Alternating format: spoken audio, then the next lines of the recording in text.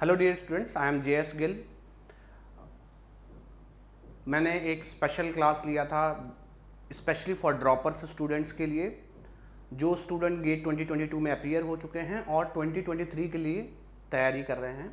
उनसे मैंने कुछ क्वेश्चन पूछा, उन्होंने अपना ओपिनियन दिया। तो रिमेंबर, यहाँ पे जो भी मैं बात करने वाला हूँ, that is not my opinion, it is based on the opinion of the student who have appeared in GATE 2022। ठीक है, तो मैंने एक पोल कंडक्ट किया था, वो स्पेशल क्लास में कंडक्ट किया था। उस स्पेशल क्लास का लिंक आपको वीडियो के डिस्क्रिप्शन में मिल जाएगा। तो अगर आप जो मैं यहाँ पे बात कर रहा हूँ उसको लाइव भी चेक करना चाहते हैं, यू कैन आप स्पेशल क्लास वो देख सकते हैं। अगर आपके पास अनअकैडमी लर्निंग ऐप है तो आपको डायरेक्ट खुल जाएगा, अदरवाइज आप अनअकैडमी लर्निंग ऐप डाउनलोड कीजिए और जो क्लास का लिंक है वो डिस्क्रिप्शन में दिया हुआ है, तो वहाँ से आप लाइव वैलिडेट कर सकते हैं। क्योंकि लाइव सेशंस है तो आपको चैट भी मिलेगा, स्टूडेंट्स का ओपिनियन भी मिलेगा और भी आप एलॉबरेट कर सकते हो। इस वीडियो में मैं कोर टू द पॉइंट वो सारी चीज़ें बताऊंगा जो गेट 2022 में स्टूडेंट्स ने एक्सपीरियंस किया, और इसलिए मैं शेयर कर रहा हूं कि उनका तो एक्सपीरियंस है, वो लोग तो शिक्षा लेंगे, लेकिन जो गेट 2023 के लिए नए लर्नर्स हैं, नए एस्पिरेंट्स हैं, उनको भी एग्जाम इस ओपिनियन से जो स्टूडेंट गेट 2022 में अपीयर हुए हैं उनसे शिक्षा जरूर लेनी चाहिए। सो मैंने कुछ पोल कंडक्ट कराया, कुछ क्वेश्चन स्टूडेंट से पूछा जो गेट 2022 में अपीयर हो रहे थे एंड दोबारा गेट 2023 के लिए तैयारी कर रहे हैं। तो इस वीडियो को हम लोग स्टार्ट करते हैं। Mistakes of the student in GATE 2022। Students ने 2022 गेट में क्या मिस्टेक किया सबसे पहले, and again it is based on the opinion of the student who have appeared in the GATE 2022। तो मैंने सिर्फ क्वेश्चन फ्रेम किया, voting it is being voted by the students who have appeared in GATE 2022। तो मैंने student से ये जानना चाहा कि जो स्टूडेंट परफॉर्म नहीं कर पाए हैं और ड्रॉप ले रहे हैं और दोबारा प्रिपरेशन कर रहे हैं, उन्होंने कुछ एनालिसिस किया होगा जिसके बेस पर उन्होंने ये मतलब सोचा होगा कि उनके फेलियर का कारण क्या रहा है। तो मैंने स्टूडेंट से पूछा कि पहला क्वेश्चन, कितने स्टूडेंट्स को ऐसा लगता है कि वो उनके फेलियर का कारण लैक ऑफ क्वेश्चन प्रैक्टिस है। मतलब उन्होंने अपनी प्रिपरेशन के दौरान बहुत ज़्यादा क्वेश्चन सॉल्व नहीं किए, थ्योरी पढ़ते रह गए और वो फेल हो गए। तो आप देखिए 97% लोगों ने इसके फेवर में वोटिंग किया कि वो फेल इसलिए हुए हैं क्योंकि उन्होंने क्वेश्चन प्रैक्टिस में बहुत सारा कमी था। तो आप एक शिक्षा ले सकते हो कि आपको ज़्यादा से ज़्यादा क्वेश्चन प्रैक्टिस पर ध्यान देना है। फिर मैंने पूछा कितने लोगों को ऐसा लगता है कि उन्होंने इनसफिशिएंट कंटेंट पढ़ा था, मतलब जो उनके कॉपी में कंटेंट लिखा था सब्जेक्ट का वो कंटेंट ही कम था। मतलब जब वो क्वेश्चन सॉल्व करने बैठे तो उनके पास वो चीज़ का कंटेंट ही नहीं था, इनसफिशिएंट कंटेंट, कम पढ़ा है उन लोगों ने।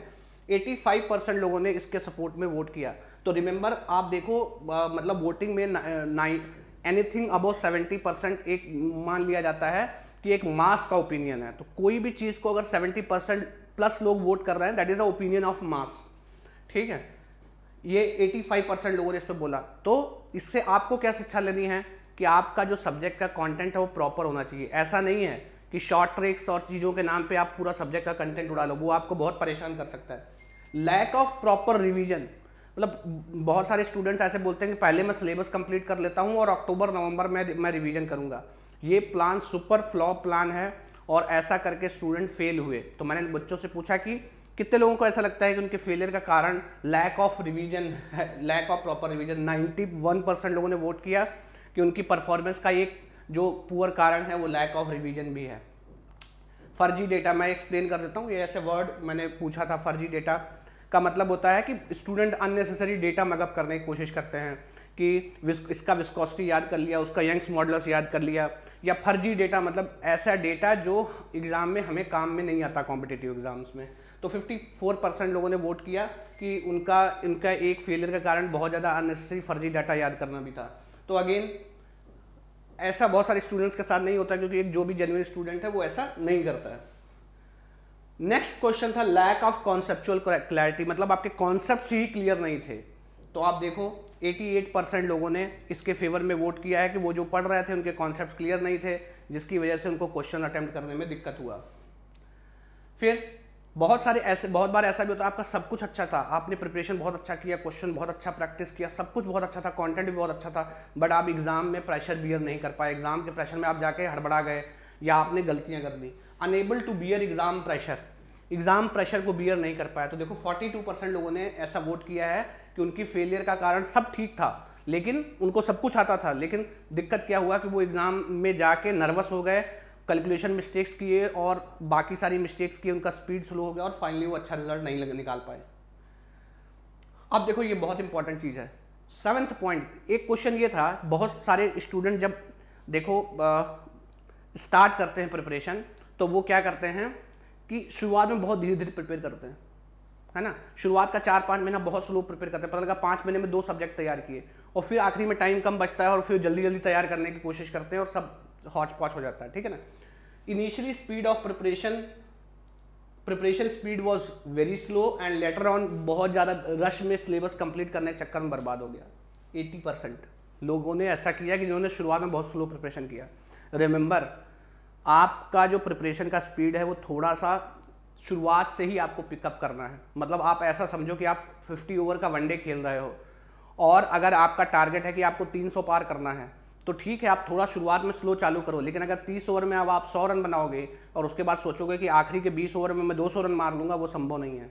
तो अगर आपको 50 ओवर में 300 टारगेट करना है तो शुरुआत के 30 ओवर में नहीं 180 तो आपका 150-155 स्कोर होना चाहिए, तब आप 300 टारगेट कर सकते हो 50 ओवर में। बिल्कुल वैसा ही है कि अगर आप अच्छा परफॉर्म करना चाहते हो तो आपको शुरुआत से एक डिसेंट स्पीड से अपना कंटेंट जो है वो प्रिपेयर करना स्टार्ट करना रहेगा। अगेन मैं इस चीज़ पे बोलूँगा, कुछ लोग एक सब्जेक्ट को बहुत ज़्यादा लंबा पढ़ते हैं अननेसेसरी। कंपटीशन में एक सब्जेक्ट को बहुत ज़्यादा लंबा पढ़ने की जरूरत नहीं होती है, क्वालिटी पढ़ने की जरूरत होती है, ठीक है ना। तो आप इस चीज़ को ध्यान रखें। तो 80% लोगों ने बोला कि ऐसा करने की वजह से हुआ। रेस ऑफ सिलेबस कंप्लीशन, ये एक बहुत सारी चीज़ होती है कि जैसे बच्चा प्रिपरेशन करने आता है उसको एक सिलेबस कंप्लीट करने का प्लान दिया जाता है। देखो सिलेबस कंप्लीट करना जरूरी है, लेकिन उससे भी जरूरी है कि जो आप पढ़ रहे हो आप अच्छे से पढ़ रहे हो, ठीक है ना। अगर आपका 2 सब्जेक्ट छूट भी जाएगा कोई दिक्कत नहीं है। अगर आप 90 मार्क्स का पढ़ के गए और उसमें से 75-80 मार्क्स स्कोर कर लिए, दैट इज बेटर। और उससे तो बेकार है कि आप पूरा पढ़ के जाओ और आपका 50 नंबर आए। रेस ऑफ सिलेबस, देखो स्पीड में पढ़ना है लेकिन ब्लाइंडली सिलेबस कंप्लीशन के पीछे नहीं भागना है।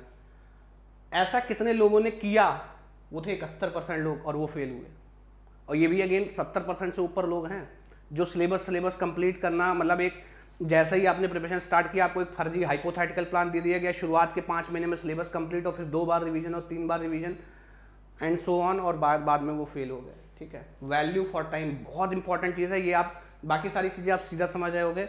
वैल्यू फॉर टाइम मैं आपको समझाता हूँ। वैल्यू फॉर टाइम मतलब होता है कि मान लो मैं 2 घंटे पढ़ता हूँ और 2 घंटे के आखिर में देखता हूँ कि मैंने एक न्यूमेरिकल सॉल्व किया, छोटा सा वो भी, तो आपने 2 घंटे तो इन्वेस्ट किया। आप बोलोगे यार मैं 2 घंटे पढ़ता था, लेकिन आउटपुट क्या है? कुछ नहीं है। अगर आप 2 घंटे सेल्फ स्टडी कर रहे हो तो 2 घंटे के आखिर में देखना है क्या 2 घंटे भर का कंटेंट मैंने सीखा है। अगर मैं 2 घंटे की क्लास कर रहा हूं तो मुझे ये पता लगना चाहिए क्या 2 घंटे की क्लास मैंने सीखा है। अगर मैं 3 घंटे का क्लास कर रहा हूं तो क्या उतना कंटेंट मैंने सीखा है। कहीं ऐसा तो नहीं कि मैं अननेसेसरी 4 घंटे बैठ के अपना टाइम वेस्ट कर रहा हूं और कंटेंट नहीं आ रहा है। तो जैसे हम लोग बोलते हैं वैल्यू फॉर मनी, जैसे मैं मोबाइल खरीदने जाता हूं तो अगर कोई मोबाइल का कीमत बताता है 10,000 तो मैं चेक करता हूं उसमें कौन कौन सा फंक्शन है, तो मैं चेक करता हूं वैल्यू फॉर मनी। मैं पैसा इन्वेस्ट कर रहा हूं तो मुझे उतना रिटर्न मिल रहा है नहीं मिल रहा है। आप वैल्यू फॉर टाइम को बहुत सिंसियरली लीजिए कि आप ऐसा नहीं कि आप 8 घंटा पढ़ रहे हो और 8 घंटे में आपको आउटपुट कुछ नहीं मिल रहा है। बहुत सारे स्टूडेंट ऐसा होता है जो एक सब्जेक्ट को 200, 300, 400 घंटा पढ़ते हैं या 2 महीने, 3 महीने, 4 महीने पढ़ते हैं और बाद में लगता है वो सब्जेक्ट में भी वो खुद को स्ट्रांग फील नहीं कर रहे हैं। That is value for time. तो ध्यान रहे आप वैल्यू फॉर टाइम करें। आप 8 घंटा पढ़ो लेकिन 8 घंटे में आप प्रॉपरली इतना अच्छे से टाइम का यूटिलाइज करो कि आप 8 घंटे में सही से कंटेंट सीख लो। That is more than sufficient, ठीक है ना। तो इस चीज में ध्यान आता है कि आपका कंटेंट क्वालिटी होना चाहिए, आपका थोड़ा सा स्पीड होना चाहिए। 83% लोगों ने बोला कि उन्होंने टाइम वेस्ट किया, वैल्यू फॉर टाइम नहीं किया, ठीक है ना। रॉन्ग स्टडी सर्कल, जिसकी वजह से उसका ब्रेन वॉश हो गया। बहुत सारे ऐसे होते हैं, जैसे आप गए, क्या नाम है, आपने एक ग्रुप बना लिया 5 लोगों का, 5 को कुछ नहीं आता जाता, उनका एक अपना दिमाग, उनका आपस में ही एक दूसरे को ये करना है वो करना है करके एक दूसरे का ब्रेन वॉश कर लिया और फाइनली वो सत्यानाश कर दिया। मतलब उनको सही इन्फॉर्मेशन नहीं था। जब भी आप प्रिपरेशन करना चालू करो आप एटलीस्ट उन लोगों से बात करो जो लोग एग्ज़ाम दे चुके हैं, ठीक है। तो उससे थोड़ा सा क्या नाम है आपको फ़ायदा होगा। ब्लाइंडली आप किसी को मत फॉलो करो। आप जो लोग रैंक निकाल चुके हैं उनसे बात करो, है ना। जो लोग 1-2 साल से प्रिपरेशन कर रहे हैं उनसे बात करो तो आपको थोड़ा कमियां पता लगेगा, है ना।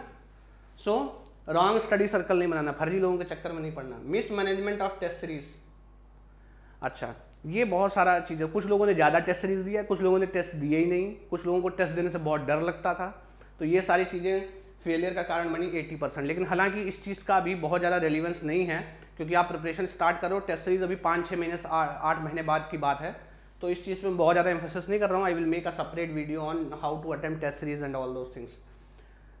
अगेन देखो, improper sequence of subjects 75%। Improper sequence का मतलब क्या है, जैसे बहुत बार स्टूडेंट होते हैं, प्रिपरेशन चालू किया, आरईसी से पढ़ना चालू कर दिया, पावर प्लांट से पढ़ना चालू कर दिया, थर्मोडायनेमिक्स पढ़ा नहीं। बहुत सारे स्टूडेंट्स ने ऐसा किया, ठीक है ना। तो ये मैक्सिमम लोगों के साथ दिक्कत है। आप सब्जेक्ट को प्रॉपर सीक्वेंस में पढ़ो। फॉर एग्जाम्पल, आप थर्मो पहले पढ़ो, फिर आरएसी और आईसी और पावर प्लांट पढ़ो, है ना। आप पहले एफएम कर लो, आप पहले मैकेनिक्स कर लो, है ना, आप पहले सॉम कर लो, ठीक है, आप पहले टॉम तो आपको मैकेनिक्स के बाद करना है ना। ऐसे करके आप प्रॉपर सीक्वेंस में करो। जैसे मशीन डिज़ाइन करना, तो पहले आप सॉम कर लो, फिर मशीन डिज़ाइन करो, ठीक है। आप इस चीज़ को, तो आप एक प्रॉपर सीक्वेंस फॉलो करो। ऐसा नहीं कि रैंडमली कहीं चालू कर दिया, ठीक है। जैसे आप प्रोडक्शन के सब्जेक्ट पढ़ने जा रहे हो, तो उसमें बेसिक सॉम वगैरह के कॉन्सेप्ट लगे, तो आप पहले सॉम कर लो, देन प्रोडक्शन के सब्जेक्ट्स पे देखो। तो ऐसे करके आप देखो, कोई सब्जेक्ट पढ़ रहे हो, उसके लिए कोई प्री रिक्विजिट है क्या। अगर छोटा मोटा प्री रिक्विजिट है, छोड़ दो। लेकिन अगर कोई सब्जेक्ट उसी पे बेस्ड है, फॉर एग्जाम्पल आप आईसी पढ़ने जाते हो, it is totally based on thermodynamics, तो आप पहले थर्मोडायनेमिक्स करो, फिर आईसी पे जाओ। छोटा मोटा जैसे हीट ट्रांसफर और फ्लूइड मैकेनिक्स है, उसमें बहुत स्मॉल ओवरलैप है, ठीक है, तो आप कर सकते हो, कोई दिक्कत नहीं। हीट ट्रांसफर और फ्लूइड मैकेनिक्स को आप किसी भी सीक्वेंस में कर सकते हो, ठीक है ना। ऐसे अगेन, हाउ टू जज एजुकेटर, इसमें मेरा एक सेपरेट वीडियो है, आप चाहो तो चैनल पे देख सकते हो। I will not speak on this issue. फर्जी motivation and lack of discipline. अब जैसे आपने वीडियो देखा, बहुत मोटिवेट हो गए कि एकदम देखा कि एलन मस्क का देखा, वो करोड़पति बन गया, अब हम भी ऐसा प्लान बनाएंगे, करोड़पति बन जाएंगे, है ना। तो ये मोटिवेशन आता है, थोड़ी देर के लिए हम आग लगा देंगे, 2 घंटे बहुत ढंग से पढ़े, और फिर उसके बाद क्या हुआ, फिर डाउन हो गए।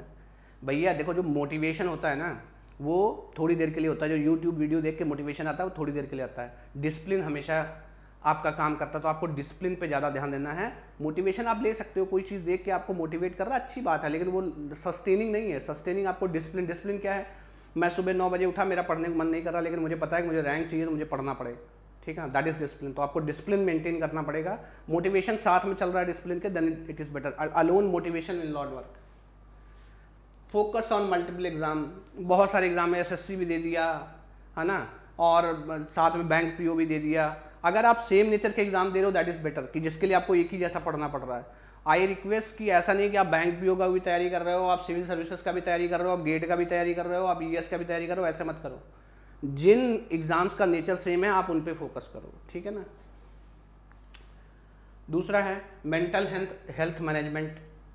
जो आपका मतलब मेंटल हेल्थ, मतलब ये नहीं मैं कह रहा हूँ कि आप पागल हो, इसका मतलब ये होता है कि जब आप बहुत लंबे समय तक पढ़ते हो, तो आपको स्ट्रेस होता है, जिसकी वजह से आपका हेल्थ डिग्रेड होता है, आपको बुखार होगा, फीवर होगा, दुनिया भर का चीज़ें होगा। तो आप डेली मेडिटेशन या कुछ भी ऐसा स्पिरिचुअल प्रैक्टिस करो, जिससे आपका माइंड जो है वो कंट्रोल में रहे, और ये बहुत ज़रूरी होता है। अभी शुरुआत में आपको उतना प्रेशर फील नहीं होगा, लेकिन जैसे ही आप जुलाई अगस्त पार करोगे, समय कम रहेगा, आपको बहुत प्रेशर फील होगा, और उस समय ये सब प्रैक्टिस कर पाना बहुत मुश्किल होता है। So I request all the aspirant to practice meditation, कम से कम प्रैक्टिस करें। कुछ नहीं तो अपना जो भी जिस भी रिलीजन में आपका बिलीफ है, आप उसमें उसका स्पिरिचुअल प्रैक्टिस कर सकते हैं। आप भजन कर सकते हैं, मंदिर जा सकते हैं, मस्जिद जा सकते हैं, गुरुद्वारा जा सकते हैं, जो जिसमें भी आपका बिलीफ है, आप उसको फॉलो कर सकते हैं। आप एटलीस्ट 30 मिनट्स डेली करें। आप, मेरा सिंपल कैलकुलेशन है, आप 30 मिनट अगर अपने दिमाग के लिए दे रहे हो, तो एक महीने में आप 15 घंटे देते हो, और मान लो आप पूरे महीने में 2 दिन या 3 दिन के लिए बीमार हो गए, तो आप 10 घंटे डेली का खराब कर दो, 20 घंटे वेस्ट हो गए। तो अगर आप आधा घंटा डेली महीने में दे रहे हो, तो आपका 15 घंटे जो है वो टाइम जा रहा है।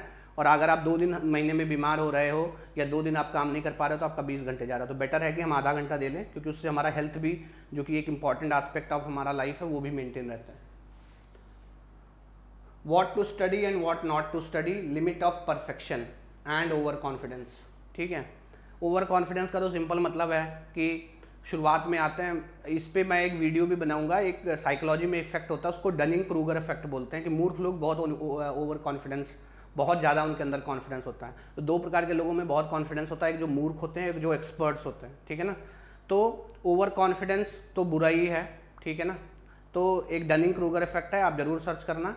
गूगल पे आप सर्च कर सकते हो, डनिंग क्रूगर इफेक्ट आपको पता लग जाएगा। तो आपको बहुत ज़्यादा ओवर कॉन्फिडेंस खराब करता है। Confidence is good, over confidence is bad. ठीक है, what to study and what not to study, इसमें आप एजुकेटर का हेल्प लें कि आपको क्या पढ़ना है, क्या नहीं पढ़ना है, किस लेवल तक पढ़ना है, उसके आगे नहीं जाना है, किस लेवल से नीचे नहीं जाना है। अगेन ये आपको थोड़ा सा एग्ज़ाम को देखते हुए और एजुकेटर के साथ कंसल्टेशन में डिसाइड करना है। सो अगर आप इन सारी चीज़ों पर ध्यान रखेंगे, ये वो सारे रिव्यूज़ हैं जो उन स्टूडेंट्स ने दिए हैं जो एग्ज़ाम ऑलरेडी अपीयर कर चुके हैं और जिन्होंने क्या नाम है जिन्होंने ये प्रॉब्लम फेस किया है। अगेन मैं आपको रिकमेंड करूंगा कि स्पेशल क्लास का लिंक डिस्क्रिप्शन में दिया है, आप उसको लाइव देखें। ये आपकी गेट 2023 की प्रिपरेशन में बहुत ज़्यादा हेल्प करने वाला है। Thank you very much.